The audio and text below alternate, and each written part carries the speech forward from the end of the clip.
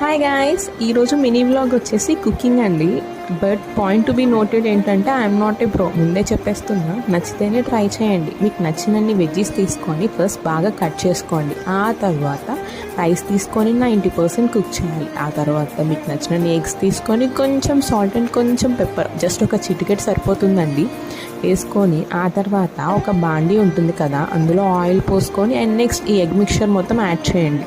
Add చేసిన తర్వాత అది కొంచెం హీట్ అవనిచ్చి అప్పుడు ఎగ్ బుర్జీలాగా కైమా కొట్టేయండి. కైమా కొట్టేసిన తర్వాత పక్కకు తీసేయాలి.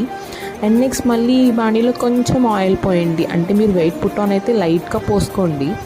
ఆ తర్వాత ఈ వెజ్జీస్ మొత్తం వేసేసి అటు ఇటు కొంచెం కొంచెం తిప్పాలి. కొంచెం మాత్రమే తిప్పాలండి, ఎక్కువ తిప్పితే మాడిపోతాయి.